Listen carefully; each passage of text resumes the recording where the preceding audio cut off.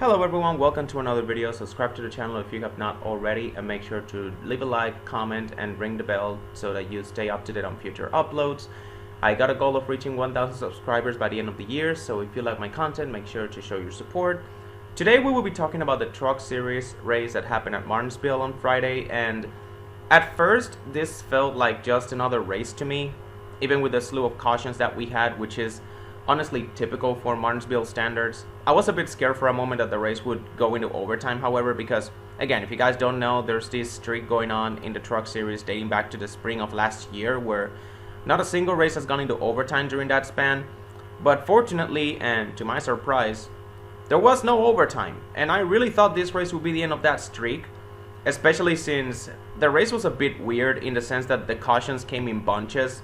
You got a couple of them in stage 1, then stage 2 went all green, and stage 3 was caution field the rest of the way. That being said, however, this race never felt like a wreck fest to me, even as the cautions reached double digits. Felt like typical Martinsville racing for the most part. Controlled chaos would be the right way to put it. There was bidding and banging, but it never went too overboard. Most of the incidents were either single car, or in some cases 2 or even 3 cars were involved. Sure, he had some boneheaded moments like Luke Baldwin, who was making his Truck Series debut today, by the way. He got squeezed down into the curb in turn 1 and still sent it 4 wide, which caused him to go for a spin. And that was a damn shame too, because for Luke Baldwin, he was one of the guys that I was keeping a close watch for this race, because he looked extremely good in practice, was fastest on the board. He just didn't have a good qualifying run, which is why he started so deep in the field, but even then I was really hoping he finished in the top 10. And sure enough, even after that setback, he did actually make his way back into the top 10 with less than 50 to go, only to get spun again, this time by his teammate Jake Garcia, which sent him to the back again, and this time with damage as he got clipped by another truck in the process. So in the end, a disappointing run for the young man. Again, this was his Truck Series debut, and while he didn't get the finish he deserved, he showed some positive flashes. But yeah, Luke Baldwin was about the only guy I was paying close attention to, because up front, there was just no storyline for about 80% of the race.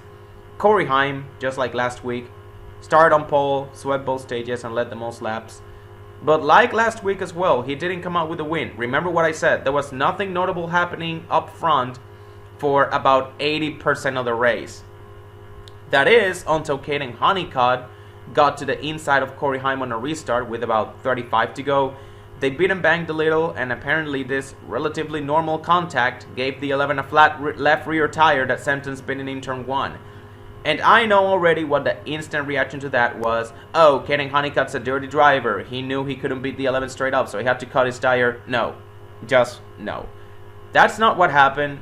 He didn't even do it on purpose. If you watch the replay of that incident, you know the contact the 11 and 45 had is typical for close quarter short track racing. It just so happened that Honeycutt hit the 11 at a bad angle, that he cut his tire out. But again, the act itself was not egregious. That was just short track racing, and Corey Hunt even said so in his interview that it was just a matter of bad luck and just getting hit at a bad angle. So now we got back-to-back races where Corey Heim just doesn't come out with a win, despite having arguably the best truck in the field and him being the best driver in the field. Not just in speed, but in execution, because you very rarely see Corey Heim make a mistake, either on the track or on pit road. That speeding penalty he got at Homestead was his first ever speeding penalty in his Truck Series career, and this being already his 3rd full-time season. That's pretty impressive how squeaky clean he has been.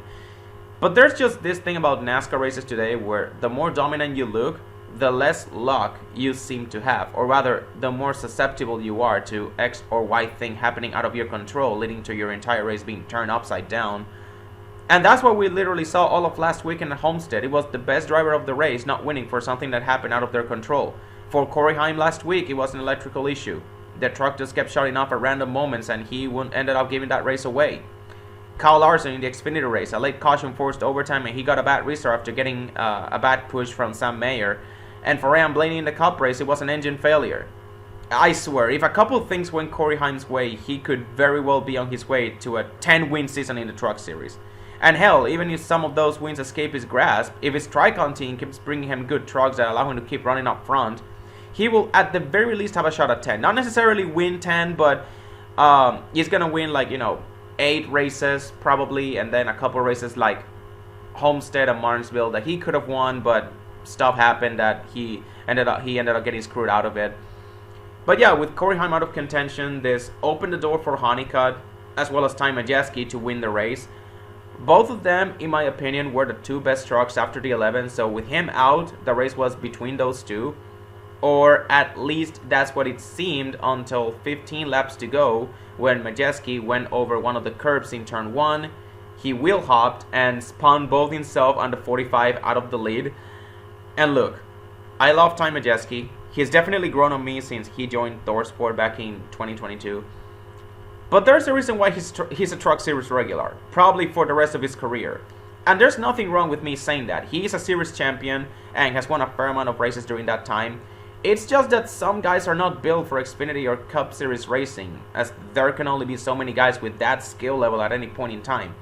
And that's okay, Majeski has made the most out of his opportunity, but to those people who say that he deserves a shot at Xfinity or Cup, no, just no. That moment right there was a perfect example of why. So tough break for Majeski, and also tough break for Honeycutt, as I was really hoping he broke through for his first career win there at the end.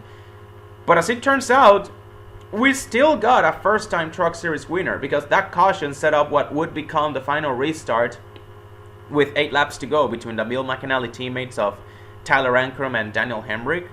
And considering how unlucky Hemric has been for most of his career when it comes to competing for wins and the like, you guys already know how nervous I was feeling. I for sure thought a caution will come out of forced overtime, or that the 19 will have a flat tire or a transmission failure, or even that his car will shut off like Corey Heim's last week. But thankfully none of that happened, and we finally got to see the driver of the 19 celebrate with a backflip. Welcome back, Carl Edwards. Okay, but in all seriousness, this is such a feel-good win for Hemric. First career win for him in the Truck Series. He is finally a Truck Series winner. And for this McAnally team as well, who took a chance on him to fill the huge void that Christian Eckes left behind, this is their 3rd straight Martinsville win as a team, as well, after sweeping both races last year with Eckes. And the funniest part is, Daniel Hemric wasn't even their first choice for a driver to replace Eckes. It was actually Corey LaJoie. But as you guys all know, he declined because, according to him, he would much rather run 30th in the Cup Series in front of thousands of people, even if it's on a part-time basis, than compete for wins in Xfinity and trucks because only 12 people will be watching. His words, not mine. And I don't know about that, Chief, because there were way more than 12 people in the grandstands watching the Daniel Hemric backflip celebration. And also not including, that number does not include the people that were watching on TV, myself included. So it's safe to say, you done messed up!